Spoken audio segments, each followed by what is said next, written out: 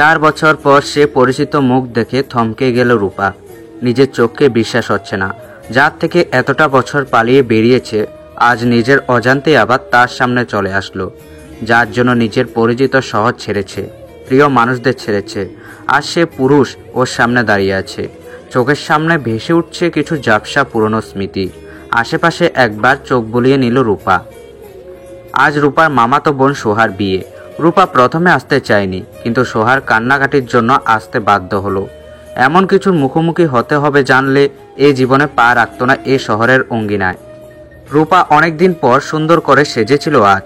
কালো লেহেঙ্গা, সাথে কালো চুড়ি, ভারী সাজ, খুব সুন্দর লাগছিল রূপাকে।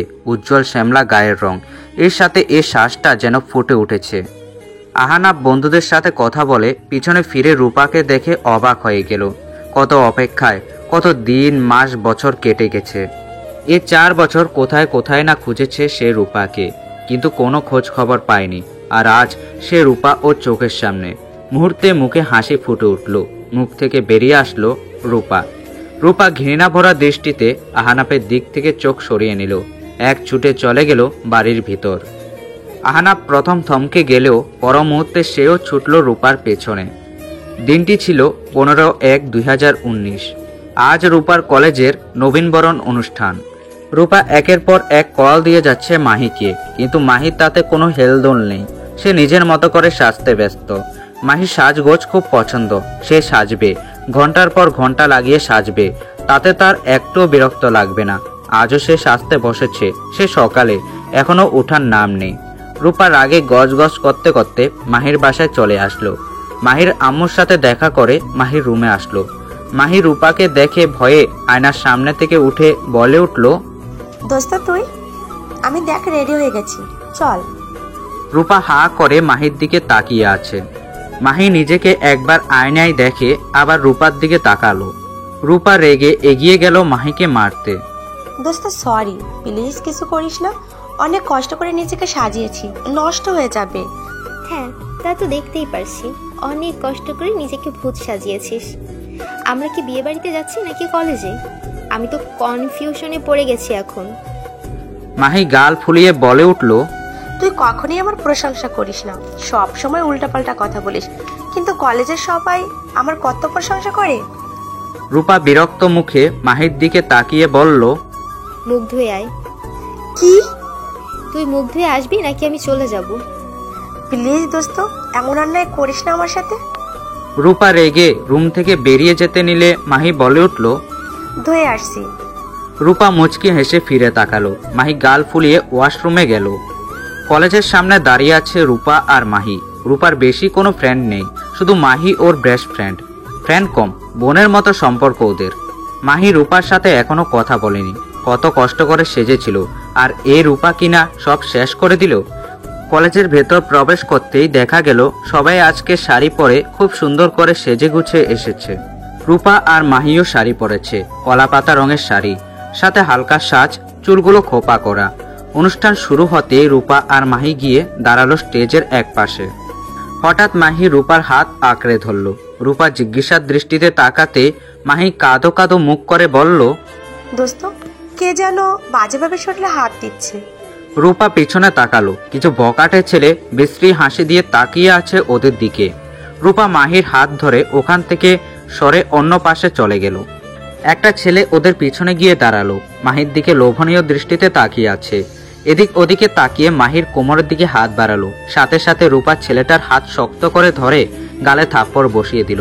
সবাই অবাক হয়ে রূপা আর ছেলেটার দিকে তাকিয়ে আছে। রূপা থাপ্পড় মেরে শান্ত হয়নি। ছেলেটার কলার চেপে ধরে মাহিকে বলল, জুতা খোল। মাহি ভয়ে রূপার হাত ধরে বলে উঠল, প্লিজ রূপা, ঝামেলা করার প্রয়োজন নেই, ছেড়ে দে। রূপা নিজের পায়ের জুতো খুলে ছেলেটাকে মারা শুরু করলো। সবাই দাঁড়িয়ে ফ্রিতে বিনোদন দেখছে। ছেলেটার সাথে ছেলেগুলো হয়তো ভাবতেও পারেনি এমন কিছু হবে।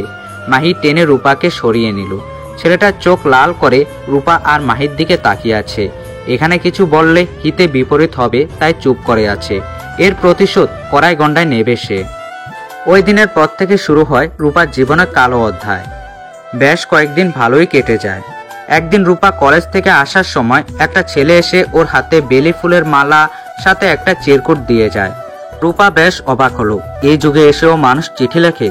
আজ মাহির শরীর ভালো না, তাই রূপা একাই কলেজে এসেছে।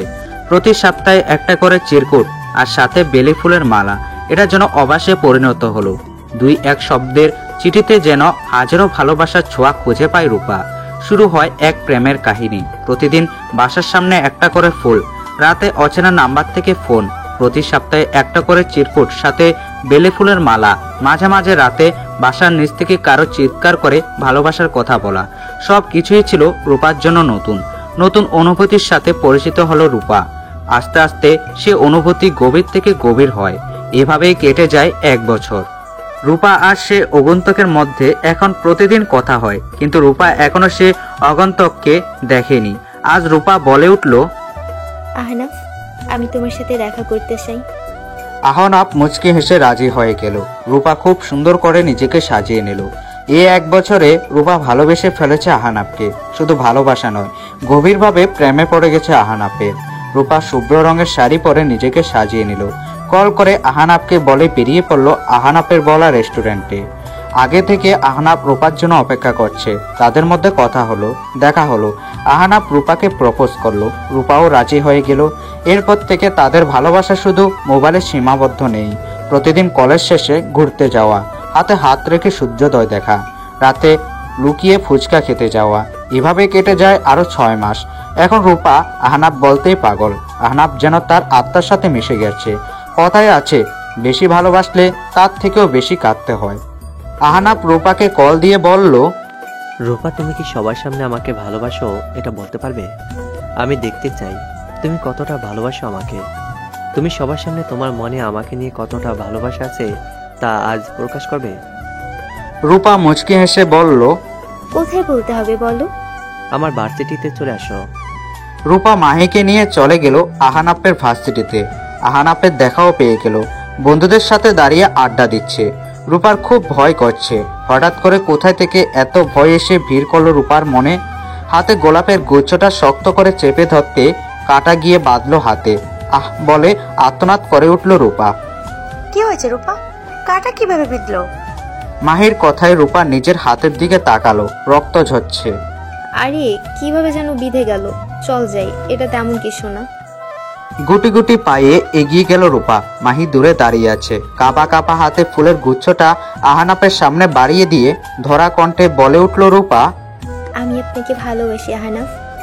সেই প্রথম যেদিন আপনি আমাকে চিরকুট দিয়েছিলেন, 2-1 লাইনের অগোছালো চিরকুট, সাথে বেলি ফুলের মালা। আমি সেই অগোছালো চিরকুট সারাটা পড়েছি। প্রতিদিন রাস্তা দিয়ে যাওয়ার সময় আশেপাশে তাকিয়ে নিজের অজান্তে কাউকে খুঁজেছি। তারপর প্রতি সপ্তাহে চিরকুটের অপেক্ষায় থেকেছি। এক একটা দিন, এক একটা বছর মনে হয়েছে। আপনার সাথে দেখা হওয়া সব কিছুই কেমন হঠাৎ করে হয়ে গেল। আপনি আমার নেশায় পরিণত হয়ে গেছেন। সব নেশা ছাড়া গেলেও আপনার নেশা আমি ছাড়তে পারবো না, ছাড়তে চাইও না। আপনি আমাকে কেমন নেশায় জড়ালেন আহনাফ। বলেই এত বছর আহনাফের দেওয়া সবগুলো বেলি ফুল আহনাফের সামনে রাখলো। সবগুলো শুকিয়ে গেছে, তবে এখনো খুশবু রয়ে গেছে। কি মিষ্টি ঘ্রাণ, দেখে বোঝা যাচ্ছে কতটা যত্নে ছিল এই বেলি ফুল। আহনাফ হঠাৎ উচ্চস্বরে হাসা শুরু করলো। রূপা অবাক চোখে আহনাফের দিকে তাকালো। আহনাফ তাচ্ছিল্য সুরে বলে উঠল, আহনাফ চৌধুরী গার্লফ্রেন্ড হবে তোর মতো মেয়ে? কি যোগ্যতা আছে আমার গার্লফ্রেন্ড হওয়ার? আর সব হঠাৎ নয়, পরিকল্পনা মোতাবেক সব হয়েছে। রূপা কাঁপা কণ্ঠে বলে উঠল, আহনাফ, তুমি এসব কি বলছো? আমাদের এতদিনের ভালোবাসা? এতদিনে ভালোবাসা এইসব নাটক ছিল। তোর মতো খালাম্মা টাইপের মেয়ের সাথে প্রেম করব আমি, এই আহনাফ চৌধুরী? রূপার হাত থেকে নিজের অজান্তে গোলাপের গুচ্ছটা নিচে পড়ে গেল। নিজের কানকে বিশ্বাস করতে ইচ্ছা হচ্ছে না। সব যদি দুঃস্বপ্ন হতো, চোখ খুলে যদি দেখতো যা দেখেছে, যা শুনেছে সব মিথ্যা। নাটক?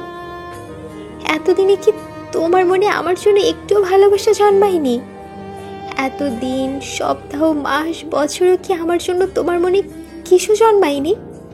কিন্তু এমনটা কেন করলে? এতটা নিখুঁত অভিনয় করার কি খুব বেশি প্রয়োজন ছিল? নয়তো কি, তোদের মতো মেয়ের সাথে কয়েকদিন মজা করা যায়, আর কিছুই না। সবটাই আমার সাজানো প্ল্যান ছিল। অপমানে রূপার চোখ জ্বালা ধরে উঠল। পাশ থেকে একটা মেয়ে বলে উঠল, বামন হয়ে চাঁদে হাত দিতে গেলে হাত তো পুড়বেই। রূপা ছল ছল চোখে আহানাপের দিকে তাকালো। আহানাপ বাঁকা হাসি দিয়ে তাকিয়ে আছে রূপার দিকে। রূপার এমন অবস্থা দেখে সে বেশ মজা পাচ্ছে। রূপার চারপাশ একবার চোখ বুলিয়ে নিল। কেউ কেউ ভিডিও করছে, কেউ ওর দিকে তাকিয়ে হাসছে, আর কেউ তাকিয়ে আছে অপমানে মিটিয়ে যাওয়া মুখটার দিকে। সব যেন আগে থেকে প্ল্যান করাই ছিল। রূপা ধপ করে নিচে বসে পড়ল, সাথে সাথে হাতে গিয়ে বাঁধলো গোলাপের কাঁটা। রূপা ধপ করে নিচে বসে পড়ল, সাথে সাথে হাতে গিয়ে বাঁধলো গোলাপের কাঁটা। রূপা হাতের দিকে তাকিয়ে তাচ্ছিল্যের হাসি দিল। হৃদয়ে যে রক্তক্ষরণ হচ্ছে, তার কাছে এ সামান্য কাঁটার আঘাত কিছুই না। রূপা চোখের পানি মুছে আহনাফের দিকে তাকিয়ে বেহায়ার মতো আবার বলল, আহনাফ, তুমি আমার সাথে মজা করছো তাই না? প্লিজ আহনাফ, এমন মজা করো না। আমি নিঃশ্বাস নিতে পারছি না। আমি অনেক ভালোবাসি তোমাকে।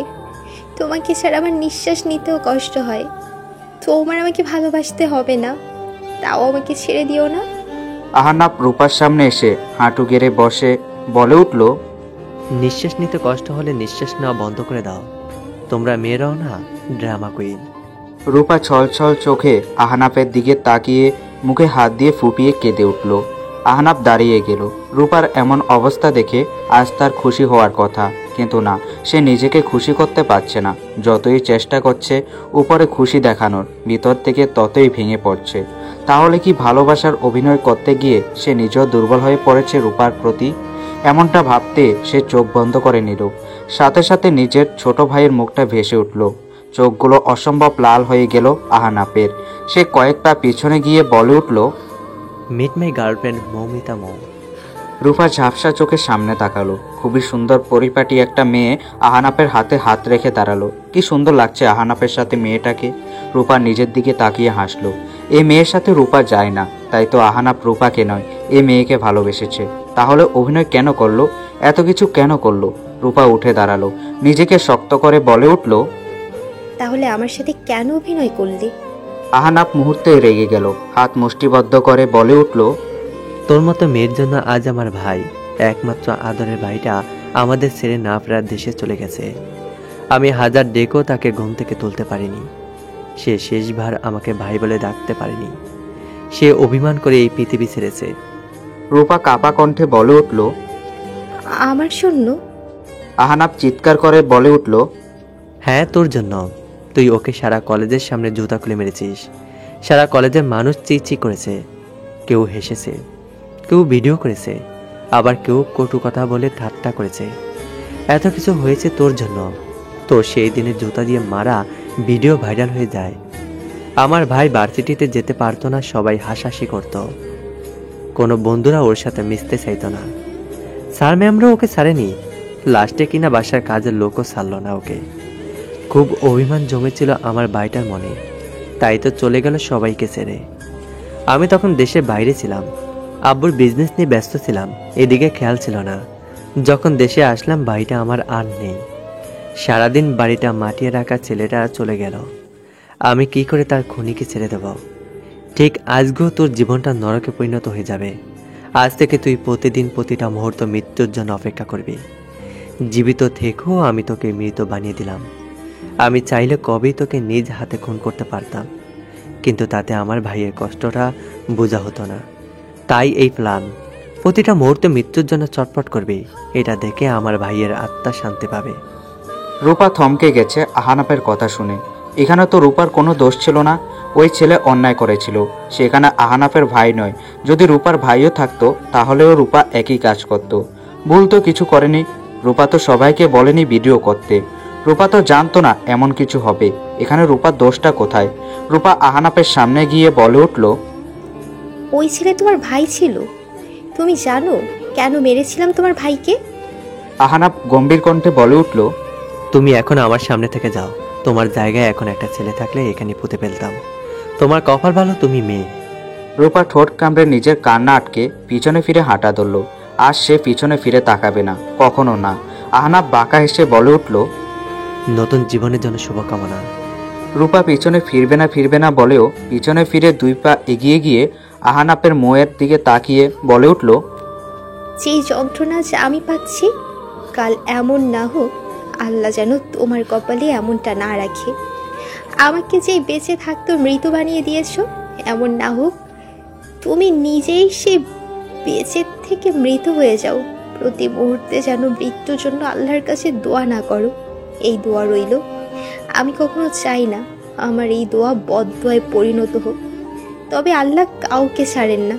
তুমি কারো বিশ্বাস নিয়ে খেলা করো না, অন্য কেউ তোমার মন নিয়ে খেলবে। বলে পিছনে ফিরে হেঁটে ভার্সিটি থেকে বেরিয়ে গেল। আহানাপ রূপার যাওয়ার দিকে তাকিয়ে আছে। তার কেন কষ্ট হচ্ছে? এই মেয়ে তার ভাইয়ের খুনি। যা হয়েছে এর থেকে বেশি কিছু হওয়ার দরকার ছিল এই মেয়ের সাথে। আহানাপ চারপাশে তাকিয়ে হাসলো। সবাই ভিডিও করছে, হয়তো কিছু সময়ের মধ্যে এই ভিডিও ভাইরাল হয়ে যাবে। কেউ কেউ শীষ বাজাচ্ছে, আর কেউ মাথা নিচু করে আছে। হয়তো তাদের রূপার জন্য মায়া হয়েছে। মাহি দূর থেকে সব দেখেছে। রূপা বেরিয়ে যেতে মাহিও ওর পিছু পিছু বেরিয়ে গেল। রূপা বাড়িতে এসে কারোর সাথে কোনো কথা বলেনি। দিন দিন রূপার অবস্থা খুব খারাপ হচ্ছিল। বাইরে বের হলে লোকে কেমন নজরে তাকাতো। এসব কিছু ভেবে একটা অন্ধকার রুমে হাঁটুতে মুখ গুজে রূপা ফুপিয়ে কেঁদে উঠল। আজ এতগুলো বছর পর এই মানুষটাকে দেখে মনের ক্ষতগুলো যেন তাজা হয়ে উঠল। চোখ যেন বাদ মানছে না। রূপা নাক টেনে টেনে কান্না করছে। তখনই কেউ ওর সামনে একটা রুমাল এগিয়ে দিল। রুমে ঝাপসা আলো। রূপা নিজের সামনে হঠাৎ হাত দেখে চিৎকার দিতে নিল, কিন্তু তার আগে লোকটা রূপার মুখ চেপে ধরল। রূপা ভয়ে চোখ বন্ধ করে নিল। ছোটার জন্য চটপট শুরু করলো। আজকাল মানুষের ভালো করতে নেই, বিশেষ করে মহিলাদের। আমি আপনার সুবিধার জন্য রুমাল এগিয়ে দিলাম, আর আপনি আমাকে বিয়ে বাড়িতে গণধোলাই খাওয়াতে চাচ্ছেন? রূপা ভয়ে ভয়ে চোখ তুলে তাকালো। সামনে কোনো অপরিচিত পুরুষ দেখে দু হাতে ধাক্কা দিয়ে সরিয়ে দিতে চাইল, কিন্তু রূপার ধাক্কায় ছেলেটা এক পাও নড়ল না। ছেলেটা রূপার দিকে ভুরু কুচকে তাকিয়ে বলল, অযথা শক্তি কেন নষ্ট করছেন? আপনার এই 5 ইঞ্চি শরীরের 0 ফিগারের ধাক্কায় আমি সাজ্জাদ চৌধুরী 1 ইঞ্চিও নড়ব না। মুখে বললেই হয় সব শরীরে টাচ করার ধান্দা। রূপা রেগে তাকালো, কিন্তু রুম অন্ধকার থাকায় রূপার সে রাগী চোখ জোড়া সাজ্জাদের দেখা হলো না। রূপা মুখ থেকে হাত সরানোর জন্য নিজের হাত দিয়ে সাজ্জাদের হাত সরাতে চাইল। সাজ্জাদ নিচ থেকে রূপার মুখ থেকে হাত সরিয়ে দিল। এক তো বিনা পারমিশনে আপনি আমার মুখে হাত চেপে ধরেছেন, উল্টো আমাকে অপমান করছেন। সাজ্জাদ রূপার দিকে ভালো করে তাকালো, তারপর বলে উঠল, রুমে প্রবেশ করার আগে নক করে প্রবেশ করতে হয়, আর যখন তখন অন্য কারো রুমে বিনা পারমিশনে কান্না করা খুবই বাজে স্বভাব। রূপা সাজ্জাদের কথায় লজ্জায় মাথা নিচু করে ফেলল। আহানাপের থেকে লুকানোর জন্য যখন ছুটে বাড়ির ভেতর এসেছিল, তখন এই রুমটাই চোখে পড়েছিল। ভেবেছিল হয়তো কেউ নেই, তাই রুমে ঢুকে ভেতর দিয়ে দরজা আটকে দিয়েছে। তাহলে ওকে কান্না করতে এই ছেলে দেখে ফেলেছে? এমন বিশ্রী সিচুয়েশনে পড়তে হবে কখনো ভাবেনি রূপা। আজকের দিনটাই ওর জন্য খারাপ। একটার পর একটা সমস্যার সম্মুখীন হতে হচ্ছে। সাজ্জাদ রূপার হাতে রুমালটা দিয়ে রুম থেকে বেরিয়ে গেল। রূপা এক দৃষ্টিতে হাতের রুমালটার দিকে তাকিয়ে আছে। ছেলেটার মুখ দেখা হয়নি, হয়তো একটু পর বাইরে দেখা হলেও একজন আরেকজনকে চিনতে পারবে না, তবে নামটা মনে আছে, সাজ্জাদ চৌধুরী। রূপা রুমালটা হাতের মুঠো নিয়ে দীর্ঘশ্বাস ফেলে রুমের লাইট জ্বালিয়ে নিল। ওয়াশরুম খুঁজে ওয়াশরুমে গিয়ে হাত মুখ ভালো করে ধুয়ে রুমালটা দিয়ে ভালো করে মুছে নিল। সাজ্জাদ রুম থেকে বেরিয়ে নিচে নেমে গেল। হয়তো আরিফ ওর জন্য অপেক্ষা করছে। আনাপর সারা বাড়িতে রূপাকে খুঁজে না পেয়ে পা বাড়ালো সিঁড়ির দিকে। তখনই দেখা হয়ে গেল সাজ্জাদের সাথে। সাজ্জাদ ভাই, আপনি এখানে? পাঞ্জাবি নষ্ট হয়ে গেছে, চেঞ্জ করার জন্য উপরে গিয়েছিলাম। বড় ভাই আপনাকে হয়তো খুঁজছেন। আমি যাচ্ছি, তুমিও চলো। আহানাপ আমতা আমতা করে বলল, আমার একটু কাজ ছিল ভাই। সাজ্জাদ গম্ভীর কণ্ঠে বলে উঠল, এখানে তোমার কি কাজ? এখানকার কিছুই চেনো না তুমি, আমার সাথে চলো। অগত্যে আহানাপের ইচ্ছা না থাকা সত্ত্বেও সাজ্জাদের সাথে যেতে হলো। আহানাপ সাজ্জাদকে খুব মানে, সাজ্জাদকে খুব ভয়ও পায়। যেতে যেতে সাজ্জাদ একবার দোতলার দিকে তাকালো। রূপা নিচে আসতে ওর আম্মুর রাগী দৃষ্টিতে ওর দিকে তাকিয়ে বলে উঠল, এতক্ষণ কোথায় ছিলে? সোহা বারবার তোমাকে খুঁজতেছিল। তুমি জানো মেয়েটা তোমাকে কতটা ভালোবাসে? রূপা ওর আম্মুর দিকে তাকিয়ে বলল, এত মানুষের চিৎকার চেঁচামেচিতে আমার সমস্যা হয় আম্মু। মাথা ধরে গিয়েছিল, তাই উপরে চলে গিয়েছিলাম। তোমার আব্বুর কালকে স্কুল আছে, তাই আমি চলে যেতে হবে। তুমি কয়েকদিন এখানে থাকো, সময় হলে নাদিম তোমাকে নিয়ে বাসায় নিয়ে আসবে। সময় হলে মানে? আম্মু, আমি কোথাও থাকছি না, আমার নতুন একটা কোম্পানিতে ইন্টারভিউ আছে। ইন্টারভিউ দেরি আছে, থেকে যাও, ভালো লাগবে। পিছন থেকে নাদিম বলে উঠল, থেকে যা, শোভা এসে তোকে দেখলে খুশি হবে। কাল তো বউ ভাতের অনুষ্ঠান। রূপা বিরক্তি মুখে নাদিমের দিকে তাকিয়ে বলে উঠল, আমি সোহার সাথে ফোনে কথা বলে নেব।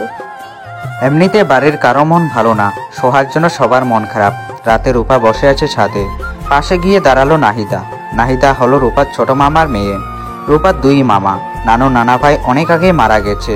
বড় মামার এক মেয়ে সোহা, আর ছোট মামার এক ছেলে এক মেয়ে, নাদিম নাহিদা। বড় মামিকে রূপার একদম পছন্দ না। ওনার তাকানো, কথা বলার স্টাইল কিছুই রূপার পছন্দ হয় না। তবে ছোট মামি মোটামুটি ভালোই, আবার মিশুকও। রূপাও চলে যাচ্ছিল, কিন্তু ওর ছোট মামি যেতে দেয়নি। ওনার মুখের উপর নাও করতে পারেনি রূপা। প্রায় মেহমান সবাই চলে গেছে।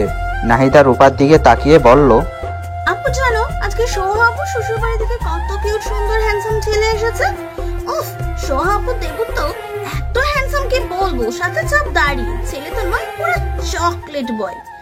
রূপা বিরক্তির দৃষ্টিতে নাহিদার দিকে তাকালো।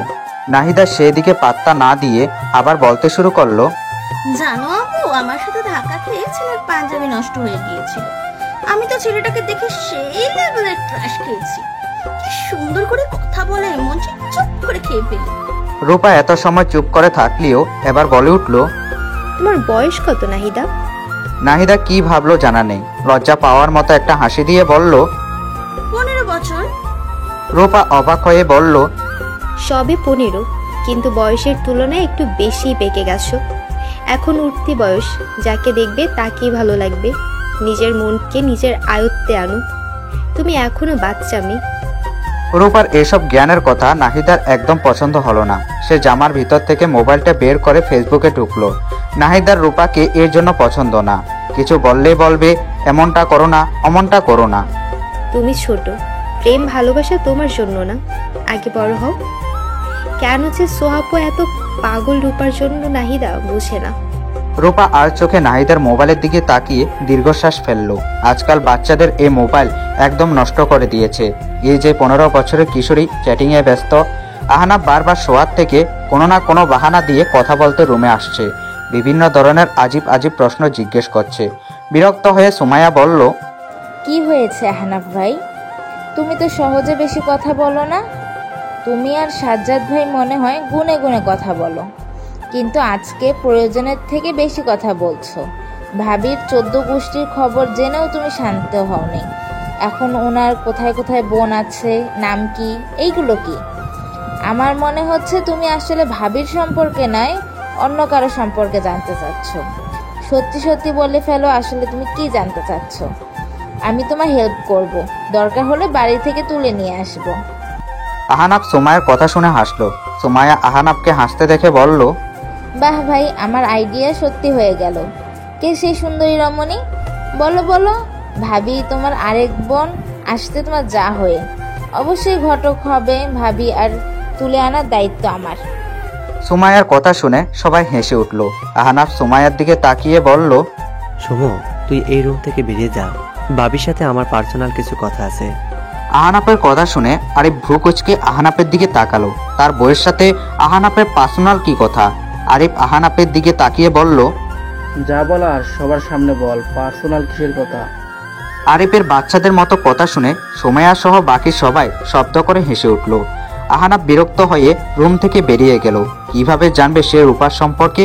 কোথায় আছে রূপা? চৌধুরী বাড়ি। চৌধুরী সাহেবের 4 ছেলে। বড় ছেলে কবির চৌধুরী, যার 1 মেয়ে 2 ছেলে। মেয়ের বিয়ে হয়ে গেছে। এক ছেলে ফাহিম, দেশের বাইরে থাকে। আরেক ছেলে আরিফ, একজন ডাক্তার। মেজ ছেলে আজাদ চৌধুরীর 2 ছেলে, আহনাফ চৌধুরী আর রাফি চৌধুরী। রাফি মারা গেছে, আর আহনাফ বাবার বিজনেস সামলাচ্ছে। এক মেয়ে সুমাইয়া এবার ভার্সিটিতে ভর্তি হয়েছে। সেজ ছেলে আদি চৌধুরীর 1 ছেলে সাজ্জাদ চৌধুরী, সে নিজে একজন বিজনেসম্যান। চৌধুরী ইন্ডাস্ট্রির এমডি সে। আর ছোট ছেলে আরিয়ান চৌধুরী, সে এখনো বিয়ে করেনি, বয়স 48 বছর। বিজনেসের কাজে দেশের বাইরে আছে, 2 দিন পর দেশে আসবে। সাজ্জাদ রাতে গোসল করে নিল, ভীষণ গরম পড়ছে। সাজ্জাদ রুমে এসে নিজের রুমালটা সব জায়গায় খুঁজে নিল, কোথাও নেই। চোখ বন্ধ করতে আজ বিকালের কথা মনে পড়ল। রুমালটা তো মেয়েটার কাছেই রয়ে গেছে। সাজ্জাদ নিজের জিনিস অন্য কাউকে দিতে একদম পছন্দ করে না, কিন্তু মেয়েটার কান্না দেখে খুব মায়া হয়েছিল। তখন মনে হয়েছিল তখন রুমালটা মেয়েটার খুব বেশি প্রয়োজন। আচ্ছা মেয়েটা কে তো জিজ্ঞাসা করা হয়নি, এভাবে অন্ধকার রুমে কান্না কেন করছিল? উফ, এই মেয়ের সম্পর্কে জানার এত কৌতূহল কেন জাগছে আমার। দেখা গেল আগামীকাল যদি মেয়েটা আমার মুখোমুখিও হয় আমি চিনতে পারবো না। অন্ধকারে মেয়েটার মুখটা স্পষ্ট দেখা যায়নি। সবাই রুম থেকে বেরিয়ে যেতে সোহার শাশুড়ি ওর কাছে আসলো, নিজ হাতে ওকে খাবার খাইয়ে দিল। গরম দুধের গ্লাস রুমে রেখে ওর সামনে কতগুলো শাড়ি গহনা রাখলো। কাল সকালে এখান থেকে একটা শাড়ি পরে নিবে কেমন, সাথে গহনাগুলো। সকাল থেকে বাড়িতে মেহমান আসা শুরু হবে। তুমি ক্লান্ত বলে আমি কাউকে বাড়িতে এসে ভিড় করতে দেইনি, সবাইকে বলে দিয়েছি কাল সকালে বউ দেখতে আসতে। নিজেকে সুন্দর করে সাজিয়ে নিও, আমি ব্যস্ত থাকবো। বুঝোই তো মা, কাল বউ ভাত, কাজ তো অনেক। সোহা মিষ্টি এসে শাশুড়ির দিকে তাকালো। ইস, কি সহজ সরল মানুষ, যেন শাশুড়ি নয় মা। হ্যাঁ, আজ থেকে আমার দুইটা আম্মু। সোহা ওর শাশুড়িকে জড়িয়ে ধরলো। আমেনা বেগম সোহার মাথায় হাত বুলিয়ে দিল। সকাল থেকে চৌধুরী বাড়িতে মেহমান আসা শুরু করেছে বউ দেখার জন্য। সোহাকে সুন্দর করে সাজিয়ে দিল সোমায়া রিয়া। রিয়া হলো আরিফের ছোট বোন। ছেলেরা সবাই খুব সুন্দর করে আয়োজন করলো সবকিছুর। এদিকে নাহিদ, নাহিদা, রূপা আর ওর দুই মামা আসলো সোহাকে নিতে। ওদেরকে খুব সুন্দর করে আপ্যায়ন করলো সবাই। নাহিদা এদিক ওদিক তাকিয়ে কাউকে খুঁজছে। তখনই একটা মেয়ে এসে বলল, ভাবি আপনাদের উপরের রুমে যেতে বলেছে। মেয়েটার কথার বিপরীতে রূপা একটি মিষ্টি হাসি দিল। মেয়েটা রূপার দিকে তাকিয়ে বলে উঠল, বাহ, আপনার হাসিটা আপনার মতো খুব মিষ্টি। মেয়েটার এমন সরাসরি কথায় রূপা কিছুটা লজ্জা পেল। নাদিম মেয়েটার দিকে তাকিয়ে বলল, আপনিও দেখতে বেশ মিষ্টি। এই যে সামনে মিষ্টি রাখা, আপনাকে দেখার পর থেকে এইসব মিষ্টি কেমন টকটক লাগছে। রূপা রাগী দৃষ্টিতে নাদিমের দিকে তাকালো। নাদিম সেদিকে পাত্তা না দিয়ে বলল, আপনার নামটা যদি একটু বলতেন বিআইন। মেয়েটা নাদিমের দিকে তাকিয়ে একটা মিষ্টি হাসি দিয়ে নাদিমের সামনে থেকে একটা মিষ্টি তুলে নিল। তারপর সবটা মিষ্টি নাদিমের মুখে ঢুকিয়ে দিল। এবার বলেন এটার স্বাদ কেমন বেয়াই? রূপা মুখে হাত দিয়ে হেসে উঠল। নাদিম বোকার মতো মেয়েটার দিকে তাকিয়ে আছে। মেয়েটা রূপা আর নাহিদাকে নিয়ে গেল সোহার কাছে। সিঁড়ির কাছে যেতে নাহিদা বলল, আপু, আপনার নাম কি মিষ্টি? না আপু, আমার নাম সুমাইয়া, সবাই ভালোবেসে সুমু বলে ডাকে। বাহ, খুব সুন্দর নাম। ধন্যবাদ আপু। রূপা নিজের হাতের দিকে তাকিয়ে দেখে ওর মোবাইলটা নাদিমের কাছে রয়ে গেছে। আচ্ছা তোমরা যাও, আমি আমার মোবাইলটা নিয়ে আসছি। ঠিক আছে আপু। এই যে 2 তলায় 3য় রুমটা সোহা ভাবি আছে। রূপা নিচে গিয়ে দেখলো সোফার উপর ওর মোবাইল। রূপা মোবাইল নিয়ে আবার সোহার কাছে যাওয়ার জন্য পা বাড়ালো। 2 তলায় আসতে সামনে আহনাফকে দেখলো মোবাইলে কথা বলতে বলতে এদিকে আসছে। রূপার সাথে সাথে পাশে থাকা রুমের মধ্যে ঢুকে পড়লো। রূপা চায় না আর কখনো আহনাফের মুখোমুখি হতে, চাইলেও কিছু মানুষকে ভোলা যায় না। সামনে আসলে অতীতের সেই স্মৃতিগুলো চোখের সামনে ভেসে উঠে। আহনাফ অভিনয় করেছে, রূপা নয়। কিন্তু আহনাফ এই বাড়িতে কেন? তাহলে কি এটা আহনাফের বাড়ি? এখান থেকে এক্ষুনি চলে যেতে হবে। যে কোনো বাহানা দিয়ে রূপা বেরিয়ে পড়বে এই বাড়ি থেকে, তারপর নিজের শহরে চলে যাবে। রুম থেকে বের হওয়ার জন্য দরজার কাছে আসতে ভয়ে পেছনের দিকে দৌড় দিল রূপা। গিয়ে ধাক্কা খেলো বইয়ের ডেস্কের সাথে। সাথে সাথে সবগুলো বই নিচে পড়ে গেল। রূপা ভয়ে সামনে তাকালো। মুখ ভয়ঙ্কর রকম গোমরা করে তাকিয়ে আছে একটা বিড়াল। রূপার দিকে আসতে রূপা বিছানায় উঠে গেল। একের পর এক বালিশ ছুঁড়ে মারলো বিড়ালের দিকে। বিড়ালটা এদিক থেকে ওদিকে ছুটছে। ভয়ে রূপার সামনে যা পাচ্ছে তাই বিড়ালের দিকে ছুঁড়ে মারছে।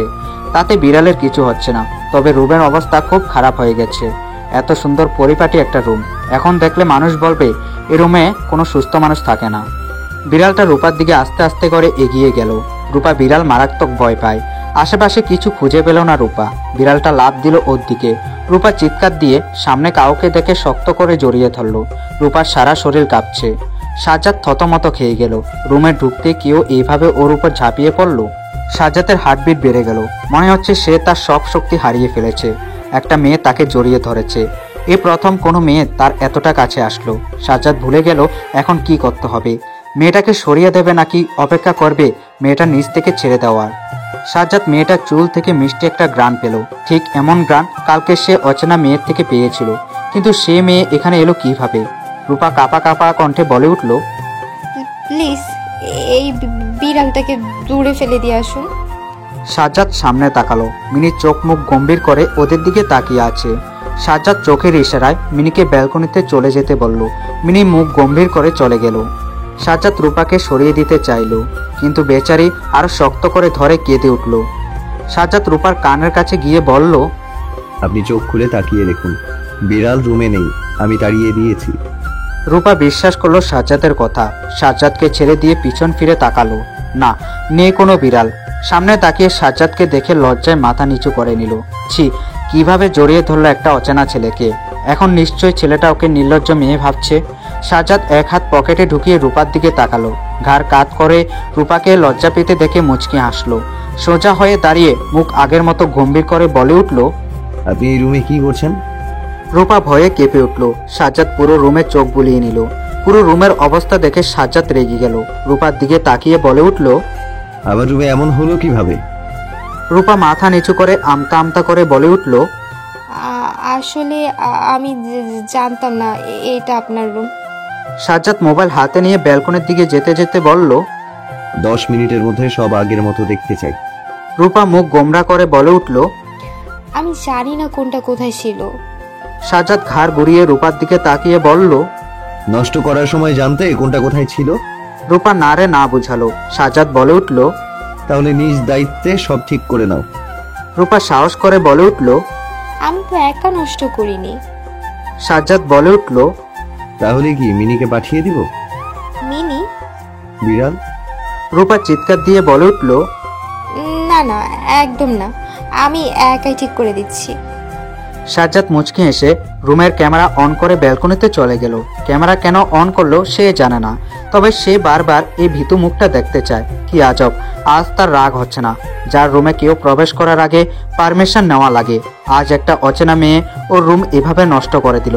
কিন্তু ও চেয়েও আজ এই মেয়ের উপর রাগ করতে পারছে না। রূপা রুমের কোনটা কোথায় রাখবে বুঝতে পারছে না। চুপচাপ দাঁড়িয়ে ভাবতে লাগলো কোনটা কোথায় মানাবে। বিরক্ত হয়ে বলে উঠল, এই যে শুনছেন।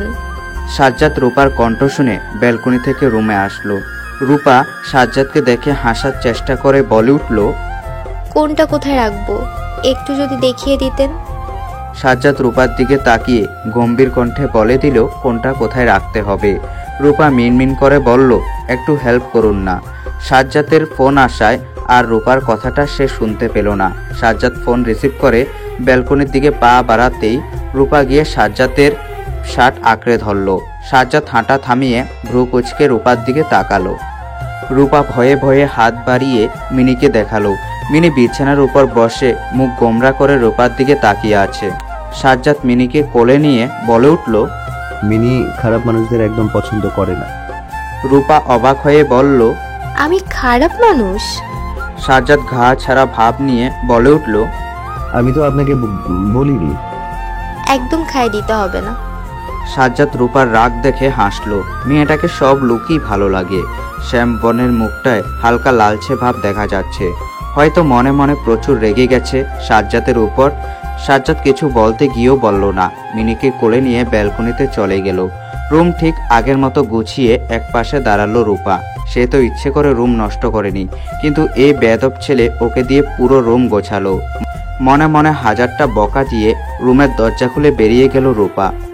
রূপা রুম থেকে বেরিয়ে যেতে রুমে আসলো সাজ্জাদ। ওর কোলে মিনি বসে আছে। সাজ্জাদ ব্যালকনি থেকে এতক্ষণ রূপাকে দেখছিল আর হাসছিল। রূপাকে বিড়বিড় করতে দেখে সে বুঝতে পারে রূপা ওকে ইচ্ছে মতো বকেছে। রূপা সোহার সাথে দেখা করে নিচে চলে আসলো। দুই মামাকে বলল ওর শরীর ভালো লাগছে না, বাসায় চলে যাবে। রূপার বড় মামা বলে উঠল, নাদিম তো চলে গেছে, ওর ফ্রেন্ড অ্যাক্সিডেন্ট করেছে, তুমি নাহিদাকে নিয়ে যাও। কিন্তু নাহিদ এখন যেতে রাজি নয়। সে সোহার সাথে যাবে। এখনো তার ক্রাশের সাথে ওর দেখা হয়নি। সে তো ক্রাশের সাথে দেখা না করে কিছুতেই যাবে না। রূপার মামার কথা শুনে আদিত চৌধুরী বলে উঠল, বিয়ান চিন্তা করবেন না, আমার ছেলে না হয় ওকে দিয়ে আসবে। রূপা আদিত চৌধুরীর দিকে তাকিয়ে বলল, তার কোনো প্রয়োজন নেই আঙ্কেল, আমি চলে যেতে পারবো। আদিত চৌধুরী রূপার দিকে তাকিয়ে বলল, একা যাওয়া ঠিক হবে না, আমাদের গাড়ি আছে। আমার ছেলে তোমাকে না হয় দিয়ে আসবে। রূপা আর ওনার মুখের উপর কিছু বলল না, কিছু বললে খারাপ দেখায়। আদিল চৌধুরী সাজ্জাদকে ডেকে নিল। রূপা অবাক হয়ে তাকিয়ে আছে। তাহলে এই ছেলেটাই কালকে সেই ছেলেটা ছিল। ইস, কি লজ্জা! আমি এই ছেলেকে জড়িয়ে ধরেছি। কাল তো একটু ধাক্কা দেওয়াতে বলল শরীর ছোঁয়ার ধান্দা, আজ তো একদম জড়িয়ে ধরেছি। আজ নিশ্চয়ই মনে মনে এর থেকে বড় কিছু ভেবে নিয়েছে আমাকে নিয়ে। সাজ্জাদের নাম নেওয়াতে রূপা সাজ্জাদকে চিনেছে। রূপা চুপ করে দাঁড়িয়ে আছে। সে কিছুতেই সাজ্জাদের সাথে যাবে না। এই ছেলে একে তো গম্ভীর হয়ে কথা বলে, আবার নিজেকে শাহরুখ খান, সালমান খান ভাবতে শুরু করেছে। মেয়েরা একটু প্রয়োজনে টাচ করলেই নাকি ছোঁয়ার ধান্দা। গাড়ির কাছে গিয়ে নিষেধ করে দেব, এমনটা ভেবে চুপ করে আছে রূপা। সাজ্জাদ রূপার মামাদের সাথে কুশলাদি বিনিময় করলো। রূপার দিকে তাকিয়ে বলল, কেমন আছেন? রূপা যেন একের পর এক অবাক হচ্ছে। একটু আগে ওকে দিয়ে পুরো রুম গুছিয়েছে, একটু সাহায্যও করেনি। দেখা হলো, কথা হলো, আর এখন এমন ভাব করে আছে যেন এ প্রথম দেখা হলো ওদের। রূপা কোনো সারা শব্দ না পেয়ে সাজ্জাদ ওর আব্বুর দিকে তাকিয়ে বলল, আমাকে ডেকেছিলে, কিছু প্রয়োজন? তোমার এখন এখানে কোনো কাজ নেই, তুমি উপাকে বাড়ি পৌঁছে দিয়ে আসো, ওর শরীর ভালো না। সাজ্জাদ রূপার দিকে তাকিয়ে বলল, শরীর ভালো না হলে বিশ্রাম নিন, আর বেশি খারাপ হলে আরিফ ভাই একজন ডক্টর। রূপা সাজ্জাদকে থামিয়ে দিয়ে বলল, তার কোনো প্রয়োজন নেই, আমার এখন বাড়ি যাওয়া প্রয়োজন। সাজ্জাদ কিছু বলার আগে পিছন থেকে আহানাব বলে উঠল, সে যাবো, আমি একটু বাইরে যাব, আমি না হয় ওনাকে নামিয়ে দিয়ে আসছি। রূপা থ মেরে দাঁড়িয়ে আছে। যার থেকে পালানোর জন্য চেষ্টা করছে সে তার আরো কাছে চলে আসছে। সাজ্জাদ ভ্রু কোচকে আহানাপের দিকে তাকালো। কথাটা সাজ্জাদের একদম ভালো লাগেনি, কিন্তু সাজ্জাদ কিছু বলল না। কিছু বললে হয়তো আহনাব সন্দেহ করবে। রূপা যার সাথে ইচ্ছে যাক, তাতে সাজ্জাদের কি? আহনাব রূপার দিকে তাকিয়ে বলল, চলো। রূপা রাগের দৃষ্টিতে সাজ্জাদের দিকে তাকালো। এ ছেলে কথা না পেঁচিয়ে রূপাকে দিয়ে আসতে রাজি হলে এমনটা হতো না। এত অ্যাটিটিউড এই ছেলের। আহনাব গাড়ির চাবি নিয়ে বেরিয়ে গেল। রূপা ব্যাগ থেকে কালকে সাজ্জাদের দেওয়া রুমালটা বের করে সাজ্জাদের দিকে বাড়িয়ে দিল। সাজ্জাদ রুমালের দিকে তাকিয়ে বলে উঠল, আমি কাউকে একবার কিছু দিলে তা আর ফেরত নেই না। রূপা তাচ্ছিলের হাসি দিয়ে রুমালটা হাতের মুঠো নিয়ে বেরিয়ে গেল। সাজ্জাদ একবার রূপার যাওয়ার দিকে তাকিয়ে চোখ ফিরিয়ে নিল। ভীষণ রাগ হচ্ছে এখন আহানাপের উপর, আর সে রাগের জন্য রূপার সাথে এমন ব্যবহার করা। রূপা তো নিষেধ করতে পারত না, ধীরে ধীরে করে আহানাপের সাথে যেতে রাজি হয়ে গেল। রেগে সাজ্জাদ নিজের রুমে চলে গেল, কিন্তু তার কেন এমন জেলাস ফিল হচ্ছে, কেন রাগ হচ্ছে আহানাপের উপর। রূপা বাড়ি থেকে বেরিয়ে আহনাপের দিকে না তাকিয়ে হাঁটা ধরল। আহনাপ রূপার সামনে গিয়ে দাঁড়ালো। রূপা পাশ কাটিয়ে চলে যেতে নিলে আহনাপ রূপার হাত ধরে গাড়ির দিকে নিয়ে যেতে চাইল। রূপা নিজের হাত আহনাপের হাত থেকে সারিয়ে দূরে সরে যায়। আহনাপ অপরাধের মতো মাথা নিচু করে রূপার দিকে তাকিয়ে বলল, প্লিজ রূপা, গাড়িতে উঠে বসো, তোমার সাথে আমার অনেক কথা বলার আছে। রূপা রেগে আহনাপকে বলে উঠল, একবার মন নিয়ে খেলে শান্ত হননি আপনি? আবার এখন কেন পিছু নিয়েছেন? নাকি এখনো প্রতিশোধ নেওয়া বাকি? আহনাপ রূপার কাছে যেতে চাইলে রূপা আরো দূরে সরে গেল। আহনাপের দিকে আঙুল তুলে বলে উঠল, আমার থেকে দূরে দূরে থাকবেন। আমার আপনার সাথে কোনো কথা নেই, আর আশা করি আপনারও কোনো কথা থাকবে না।